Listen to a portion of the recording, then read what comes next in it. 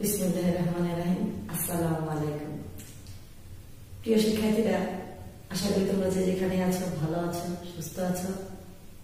তো আর কথা বলবো না, আমরা সেই পুরনো ধারাবাহিকতা অবলম্বন করে চলে যাচ্ছি বিলাসী গল্পে। তো দেখো শিক্ষার্থীরা, আমরা গত ক্লাসে যেটুকু পড়েছিলাম, মৃত্যুঞ্জয়ের সাপের কামড় খেয়ে কি করুণ অবস্থা, তারপরে সে বাঁচে কি মরে সেটুকু আর আমাদের জানা হয়নি। আজকে আমরা সেই পরবর্তী অংশটুকু জানবো। তো দেখো, সবাই বই খুলে ফেলো আমার সঙ্গে সঙ্গে। আমার মন তো পড়ার আর বিরাম নেই। আমি প্রথম ক্লাসে বলেছিলাম পুরো গল্পটায় শরৎচন্দ্র চট্টোপাধ্যায় লিখলেও কিন্তু তিনি একটি চরিত্র মাধ্যমে ঘটনাটা বর্ণনা করছেন। সেই চরিত্রের নাম ছিল নেড়া, যাকে আমরা কথক বলে ডাকি। তো কথক বলছে, আমার মন তো পড়ার আর বিরাম নাই, কিন্তু ঠিক সুবিধা হইতেছে বলিয়া মনে হইল না। তথাপি আবৃত্তি সমভাবে চলিতে লাগিল।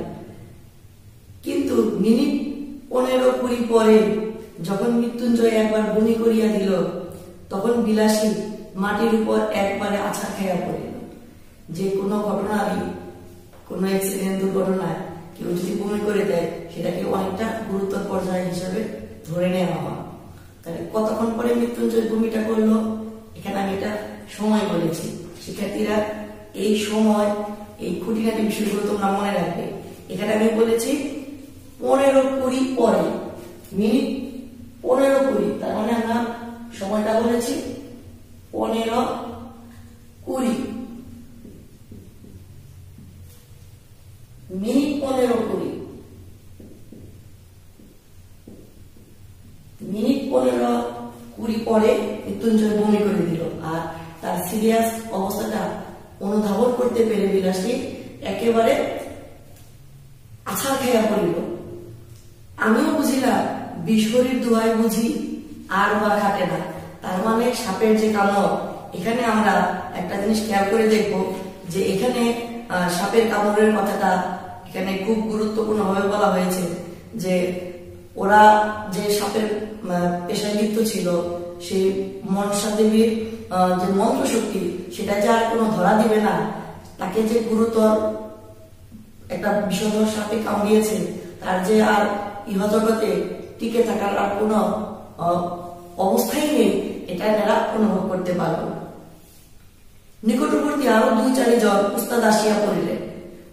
বিলাসীর পিতাকে খবর দেওয়ার আগে আরো 2-4 জন আশেপাশে যারা ওঝা ছিলেন তারা চলিয়ে আসিলেন। এবং আমরা কখনো বা একসঙ্গে, কখনো বা আলাদা, কখনো বা এখানে কয় কোটি দেবদেবীর কথা বলা হয়েছে?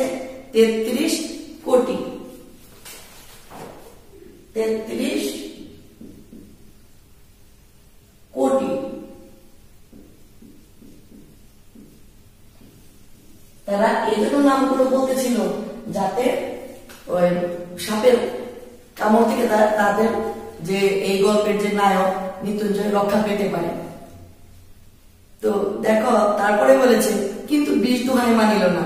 রোগীর অবস্থা ক্রমে মন্দ হতে লাগলো। ধীরে ধীরে আস্তে আস্তে মৃত্যুঞ্জয় বিষের যন্ত্রণায় সে মৃত্যুর দিকে এগিয়ে যেতে লাগলো। যখন দেখা গেল ভালো কথায় হইবে না, তখন 3-4 জন ওঝা মিলিয়া বিষকে এমনই অকথ্য অশ্রাব্য, মানে যেটা ভাষায় প্রকাশ করা যায় না, গালি গালাজ করিতে লাগিল যে বিষের কারণ থাকিলে যে মৃত্যুঞ্জয়, মানে সে মৃত্যুঞ্জয় তো মৃত্যুঞ্জয় সেদিন দেশ ছাড়িয়া পলাইত। তার মানে তারা এমন অশ্রাব্য ভাষায়, এমন অকথ্য ভাষায় বিষয়কে গালি গালাজ করতে লাগিল যে তার যদি কান থাকতো সেও লজ্জায় পালিয়ে যাইত। কিন্তু কিছুতেই কিছু হইল না।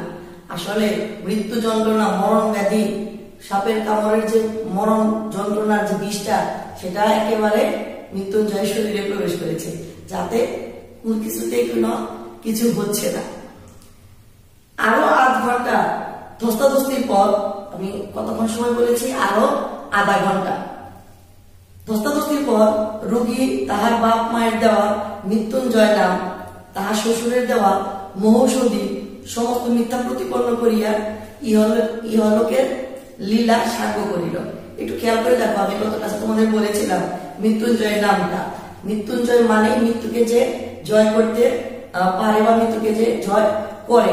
কিন্তু এখানে বাবা মায়ের দেওয়ার নাম মৃত্যুঞ্জয় রাখলেও আমাদের মৃত্যুঞ্জয় গল্পের নায়ক সে মৃত্যুকে জয় করতে পারেননি, তার সেই নামটা মিথ্যা বলে আমরা এখানে দেখতে পাই। আর তার শ্বশুরের দেওয়া যে যত মন্ত্র ছিল সেগুলো কোনো কাজে আসে না। তারপরে দেখো এখানে বলা হয়েছে যে বিলাসী তার স্বামীর মাথাটা কোলে করিয়া বসে আছিল। আমাদের গল্পের নায়িকা বিলাসী শোকে একেবারে পাথর হয়ে গেল, বিলাসী শোকে পাথর হয়ে গেল, বিলাসী শোকে পাথর হয়ে গেল। যাক, তাহার দুঃখের কাহিনীটি আর বাড়াইল না। আমাদের কথকার বিলাসী দুঃখের কাহিনীটা বাড়াইতে চাচ্ছেন না, কেবল এইটুকু বলিয়া শেষ করিব যে 7 দিনের বেশি বাঁচিয়ে থাকাটা সহিতে পারিল না। হ্যাঁ শিক্ষার্থীরা, তোমরা মনে রাখবে মৃত্যুঞ্জয় শোকে আমাদের গল্পের যে নায়িকা বিলাসী, সেও 7 দিনের বেশি আর বেঁচে থাকলো না। তাহলে বিলাসী কয়দিন পরে মারা গেল? 7 দিন পর। বিলাসী ঠিক মৃত্যুঞ্জয় মারা যাওয়া 7 দিন পর সে নিজেও মৃত্যুবরণ করিল। কয়দিন পর বিলাসী মৃত্যুবরণ করিল? 7 দিন পর। আমাকে শুধু একদিন বলিয়াছিল, ঠাকুর আমার মাথার দিব্যি রইল, এসব তুমি আর কখনো করো না। আমাদের গল্পের নেড়াকে কতককে বিলাসী দিব্যি দিয়েছিল যে এই জাতীয় লোক ঠেকানো ব্যবসা যেন সে আর কখনো না করে। আমার মাদুলি কবচ তো মৃত্যুঞ্জয়ের সঙ্গে কবরে গিয়েছিল।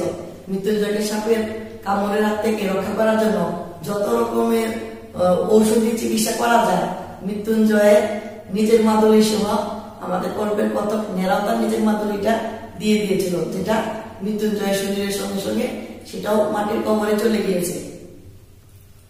আমাকে বলতেছে যে ছিল শুধু বিশ্বরীর আজ্ঞা, কিন্তু সে আজ্ঞা যে ম্যাজিস্ট্রেটের আজ্ঞা নহে এবং সাপের বিষ যে বাঙালির বিষ নয় তাহা আমিও বুঝিয়াছিলাম। শিক্ষার্থীরা এখানে একটা শব্দ খুব গুরুত্বপূর্ণ যেটা তোমরা দাগ দিবে, সেটা হচ্ছে শব্দটা কি বলেছি? ম্যাজিস্ট্রেটের আজ্ঞা। ম্যাজিস্ট্রেটের আজ্ঞা বলতে কি বুঝিয়েছে? সাধারণত আমরা দেখতে পাই জেলা ম্যাজিস্ট্রেটের আদেশ বা হুকুম পালন করা বাধ্যতামূলক, যে কোনো রায় মামলা মোকদ্দমায় এটা আমরা দেখতে পাই। ম্যাজিস্ট্রেট চলে গেলেও তার যে আইন, তার যে হুকুম শাসন করতে গিয়ে যে রায়টা তিনি দেয় সেটা বহাল থাকে। কিন্তু বাঙালির বিষ, এখানে আসলে আমাদের লেখক এই গল্পে একটু ব্যাঘাতে ব্যবহার করেছে যে সাধারণত বাঙালির যে রাগ, ক্ষোভ, মানুষের প্রতি আক্ষেপ, এগুলো ইত্যাদি আসলে মানে বেশি করে স্থায়ী থাকতে পারে না, এগুলো খুব ক্ষণস্থায়ী। আর সাপের বিষয়ের মতো অবর্তভাবে কার্যকর নয়, কারণ সাপ একবার কামড় দিলে সে আর ফেরত আসতে পারে না। মানুষের রাগ ক্ষোভ এক পর্যায়ে গিয়ে প্রচন্ড রকম বেড়ে যায়, আবার একটা সময় গিয়ে সেগুলো থেমেও যায়। কিন্তু সাপের যে যন্ত্রণা, বিষয়ী জায়গা, সেটা একবার কাউকে দংশন করলে আর ফেরত আসার কোনো উপায় নেই, সেটা কার্যকর করেই ছাড়ে। সেই কারণে উপমা অর্থে কথাটা ব্যবহার করেছে।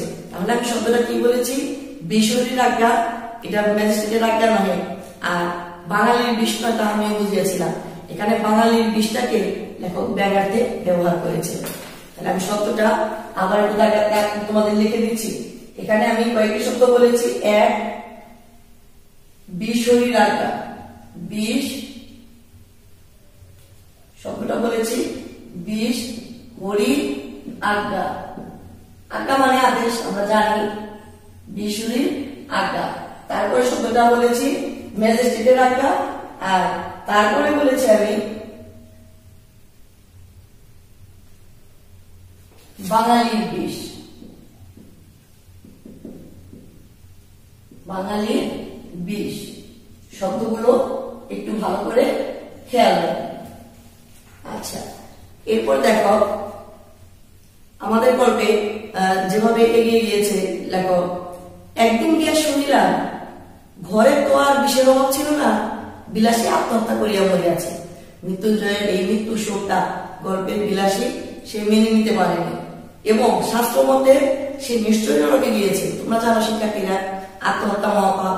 আর যেহেতু আমাদের গল্পের বিলাসী স্বেচ্ছায় মৃত্যুকে বরণ করে নিয়েছে, সে ভালোবাসার মানুষকে ত্যাগ করে তাকে ছেড়ে একাকী জীবনটা মেনে নিতে পারেনি, যে কারণে সেও যেহেতু সাপের পেশা নিয়োজিত ছিল, নানান রকমের বিষ তার ঘরে মজুদ ছিল, সে স্বামীর সুখে, স্বামীর ভালোবাসাকে মানে সকল কিছুর ঊর্ধ্বে স্থান দেওয়ার জন্য সে তার ভালোবাসাহীন বেঁচে থাকাকে মেনে নিতে পারেনি বলে এরকম একটা স্বেচ্ছায় মৃত্যুকে বরণ করে নেয়। আর এই খবরটা জানতে পারে আমাদের মেয়েরা, আর সেই কারণেই বলেছে যে সে যেখানেই যায় আমার নিজের যখন চাইবার সময় আসিবে তখন ওই রূপ কোন একটা নরকে যাওয়ার প্রস্তাবে পিছাইয়া দাঁড়াইব না, এই মাত্র বলিতে পারে। মানে কতকে বিলাসীর ভালোবাসাটাকে এতটাই বড় মাপে মনে হয়েছে যে সেও যদি এরকম কখনো কোন পরিস্থিতি আসে সেও পিছিয়ে যাবে না। তার মানে সে আমাদের বিলাসী ভালোবাসাকে সমর্থন করেছে, যদিও আমাদের সকল ধর্মে আত্মহত্যা মহাপাপ। খুড়ো মশাই আমরা শুরুতেই পড়েছিলাম, এখানে বিলাসীর গল্পে মৃত্যুঞ্জয়ের এক খুড়ো মশাই ছিল। খুড়ো মশাই 16 আনা বাগান দখল করিয়া অত্যন্ত বিজ্ঞের মতো চারিদিকে বলিয়া বেড়াইতে লাগিলেন, ওর যদি না অপঘাতে মৃত্যু হবে তো হবে কার? আগে থেকেই তার লোভ ছিল তার ভাই পড়ে বাগানটার প্রতি, আর তার উপর তার এই সাপের কামড়ে অপঘাতে মৃত্যুটাকে সে আরো ঘটনা করে বেড়াইতে লাগিল। তার জন্য একটু সুবিধা হইল যে এটা তার পাপেরই ফল। পুরুষ মানুষ অমন একটা ছেলে 10টা করুক না, তাতে তো তেমন কিছু যায় আসে না, না হয় একটু নিন্দাই হতো। খুড়ো মশাইটাই হতে লাগলো, পুরুষ মানুষ ওই রকম একটা না হয় আরো কয়েকটা বিয়েই করতো, এতে কোনো দোষের কিছু ছিল না, তাতে না হয় মানুষ একটু নিন্দে করতো। কিন্তু সে তো আসলে জাত হইয়াছে, আর এটা যে তৎকালীন সমাজ ব্যবস্থা কত বড় একটা অন্যায়, এটাই তিনি তৎকালীন মানুষের, বিশেষ করে তৎকালীন মূর্খ সমাজপতিদের মধ্যে প্রভাব খাটিয়ে বুঝাইতে চাইলেন। কিন্তু হাতে ভাত খেয়ে মরতে গেলে কেন? সে এই ভাত খাওয়াটাকে যত বড় পাপ বলে অভিহিত করে প্রচার করেছিল তৎকালীন সমাজ ব্যবস্থার সমাজপতিরা, যেটাকে ইস্যু করে মৃত্যুঞ্জয় এবং বিলাসীকে গ্রাম ছাড়া করেছিল, সেই মূর্খামির দিকে আঙ্গুল দিয়ে আমাদের কত আবশ্যক পুনরায় আলোচনাটা করবে। নিজে মরলো, আমার মাথা পর্যন্ত হেট করে গেল, ভাইপোর জন্য একটু সহানুভূতি তো নাই। সে মরলো তো মরলো, তার সমাজ, তার বংশমর্যাদা, আভিজাত্যে যে তার একটা খারাপ ছোঁয়া দিয়ে গেল, এই নিন্দাটাই সহ্য করতে পারছে না, এমন একটা ভাব প্রকাশ করলো আমাদের গল্পের যে নায়ক মৃত্যুঞ্জয়, তার খুড়ো মশাই। না পেলো এটা 1 ফোঁটা আগুন, না পেলো একটু পিণ্ডি।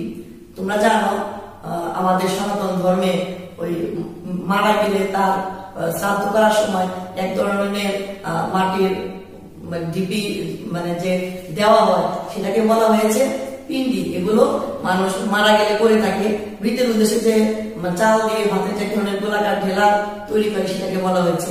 তার মানে তার যে শাস্ত্র অনুসারে ধর্মীয় বিধিবিধানগুলো কিছুই পালন করা হলো না, সেটা নিয়েও সে আফসোস করতে লাগলো। না হলো একটা বুঝির উচুচ্ছে, তার মানে সে এটাও বলতে লাগলো যে তাদের ধর্ম অনুসারে যে মৃতের আত্মার শান্তি কামনা করার জন্য যে ব্রাহ্মণকে যে ভোজ্যটা উৎসর্গ করা হয় সেটাও দেওয়া হলো না, ব্রাহ্মণদের যেটা খাওয়ানো হতো কিছুই ধর্ম অনুযায়ী পালন করা হলো না। তারপর তিনি বলে যান যে গ্রামের লোক এক বাক্য বলিতে লাগিল, তাহাদের সন্দেহ কি অন্য পাপ? বাপরে, এর কি আর প্রায়শ্চিত্ত আছে? আমাদের এই গল্পের সবচেয়ে গুরুত্বপূর্ণ একটা আমাদের যে দ্বিতীয় একটা গুরুত্বপূর্ণ প্রশ্ন, যেটাকে আমরা বলে থাকি অনুধাবন প্রশ্ন, অন্য পাপ কি? অন্য পাপটা কাকে বলা হয়েছে? এই লাইনটা তোমরা সবাই মনে রাখবে। এখানে কিন্তু অন্য বানানটা বিশেষ করে খেয়াল রাখবে। আমি নাম বলেছি অন্য, অন্য মানে ভাত, সে ভাত দিয়ে যে পাপ করেছে মৃত্যুজাতের মেয়ের হাতে, এই শব্দটাকে একটু এই গল্পে হাইলাইট করা হয়েছে। অন্য পাপ কি? অন্য পাপ কাকে বলে? অন্য পাপ আসলে এটা কোনো বিষয় না। উঁচু জাতের ছেলে হয়ে, কায়স্থের ছেলে হয়ে সে এখানে সাপুরের মেয়ের হাতে ভাত খেয়ে যে পাপ করেছে, এই ঘটনাটাকে বড় করে দেখানো হয়েছে। আর সেটা দেখানোর জন্য এই অন্নপাপ শব্দটা বারংবার এসেছে। বিলাসীর আত্মহত্যার ব্যাপারটা অনেকের কাছে পরিহাসের বিষয় হইল।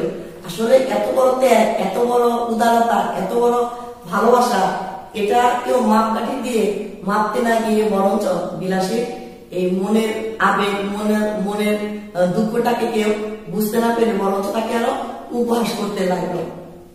আমি প্রায় ভাবি এই অপরাধ হয়তো ইহারা উভয়ই করিয়াছিল, কিন্তু মৃত্যুঞ্জয় তো পল্লী গ্রামেরই ছেলে, পাড়া গায়ে তেলে জনিত মানুষ, তবু অত বড় দুঃসাহসের কাজে প্রবৃত্ত করিয়াছিল, তাহাকে যে বস্তুটা সেটাকেও একবার চোখ মিলিয়ে দেখিতে পাইল না। কত বড় ভালোবাসা, কত বড় উদারতা থাকলে একজন মানুষ আরেকজন মানুষকে মানে গ্রহণ করতে পারে, তার জীবন, তার মতো জীবন যাপন করতে পারে, নিজ গ্রাম নিজ এলাকা ছেড়ে তাকে গ্রহণ করে সেই জীবনে অভ্যস্ত হয়ে তাকে নিয়ে সুখী হতে পারে। এটা কারো চোখে বললো না, সবার চোখে পড়লো শুধু সে যে জাত হয়ে অন্য ধর্ম গ্রহণ করেছে কিংবা অন্য ধর্মের মানুষের সঙ্গে সংসার করেছে। আমার মনে হয় যে দেশের নরনারীর মধ্যে পরস্পরের হৃদয় জয় করিয়া বিবাহ করিবার নীতি নাই, বরঞ্চ তাহা নিন্দার সামগ্রী।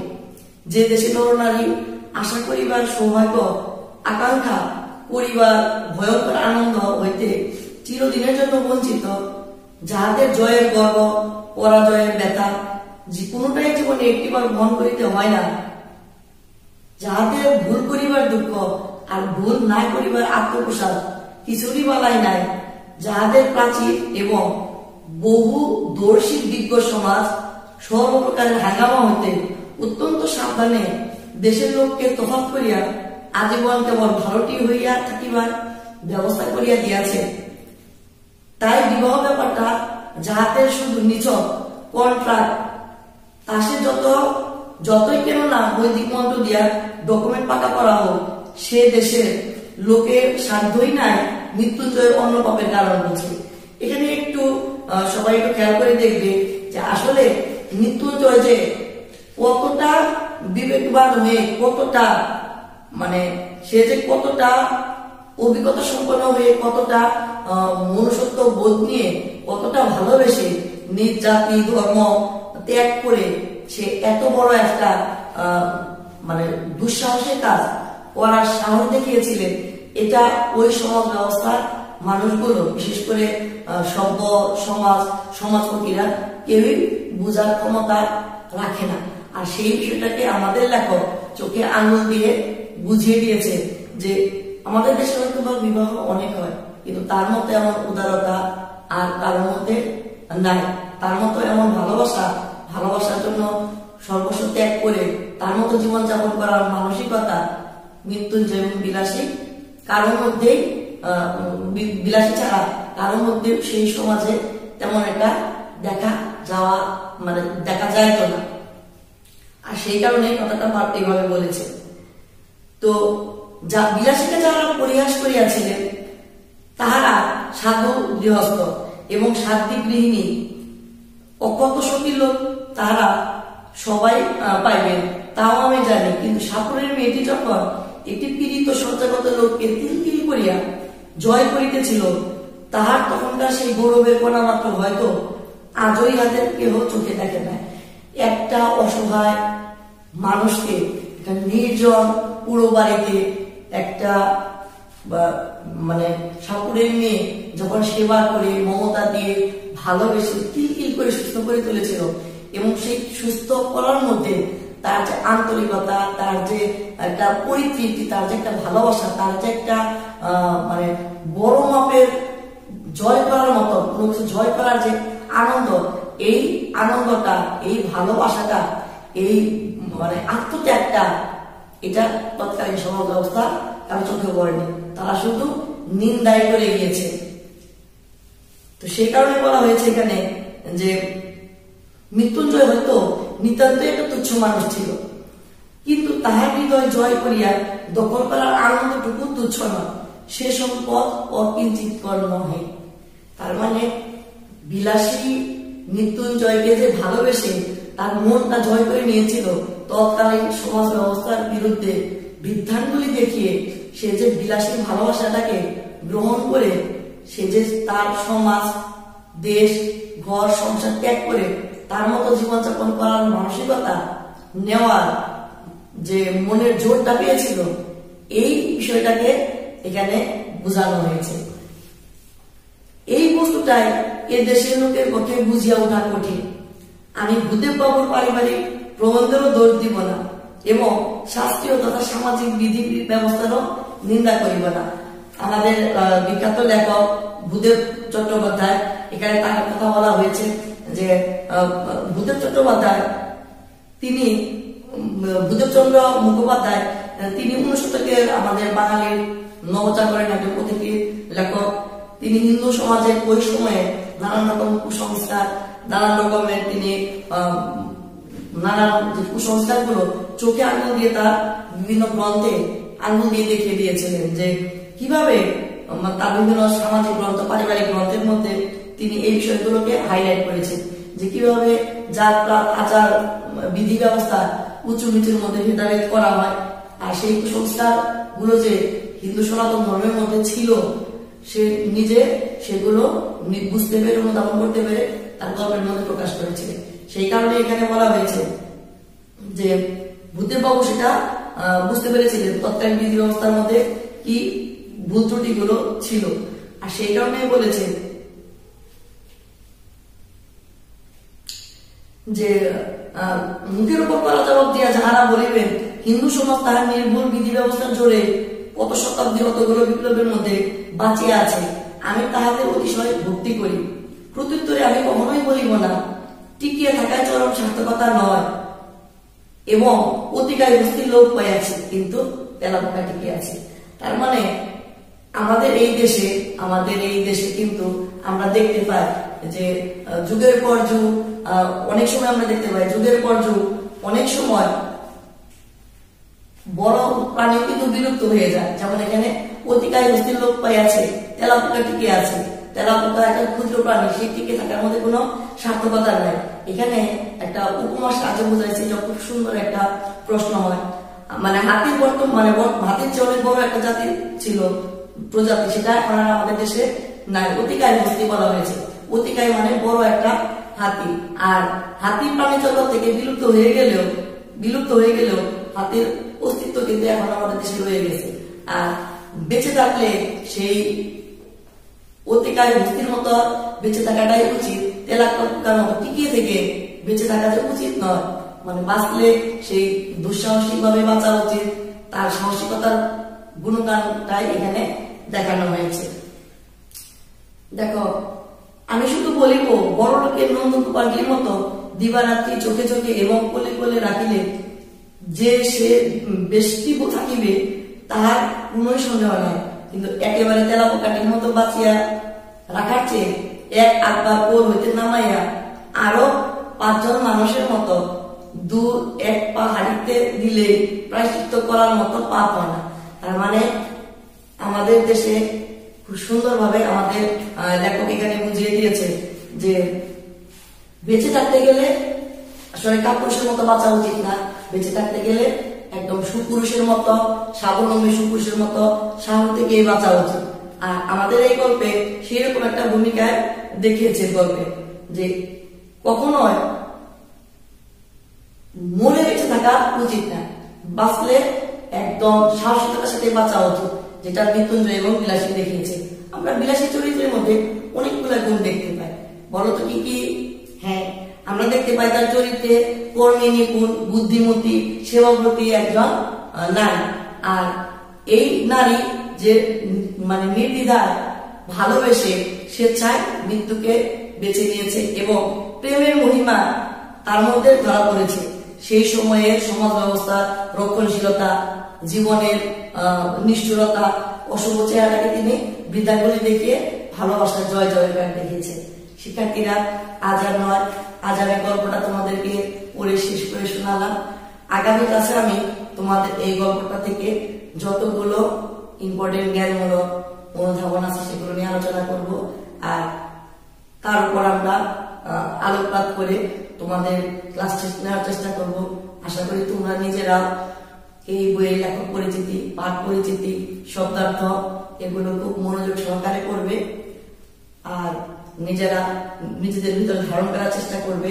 এই গল্পের মূল উদ্দেশ্যটা এই ছিল শরৎ বাবু। সবাই ভালো থাকো, সুস্থ থাকো, নিরাপদে থাকো। আসসালামু আলাইকুম।